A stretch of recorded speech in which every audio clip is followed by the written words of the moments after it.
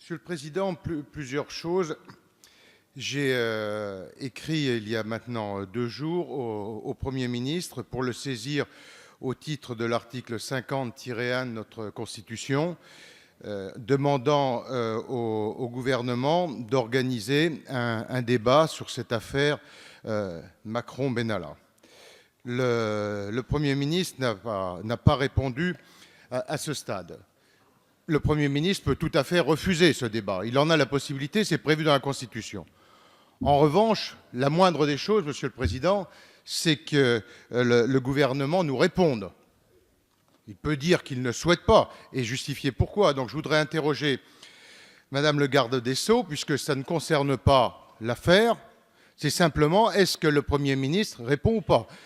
Nous savons, puisque la demande lui a été remise en bonne main, j'ai cru comprendre qu'un autre groupe parlementaire, le groupe des Insoumis, avait fait la même demande. À ma connaissance, sauf s'ils ont une information contraire, je pense qu'ils n'ont pas eu de réponse non plus.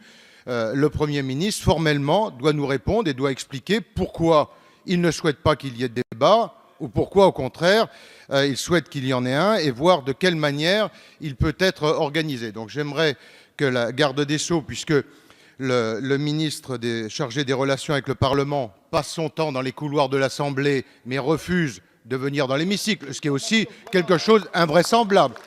Ça fait 3 jours que le ministre en charge des relations avec le Parlement passe son temps entre la buvette et la salle des 4 colonnes et refuse de mettre les pieds dans l'hémicycle. De quoi a-t-il peur? Il a honte? Quel est le problème? Oui, d'ailleurs, on se demande pourquoi il passe ses week-ends ici, je vous dis, entre les 4 colonnes et la buvette. Quand même, on est en droit de demander à ce que le ministre soit ici, au banc, c'est sa responsabilité. On n'est pas dans un club de vacances.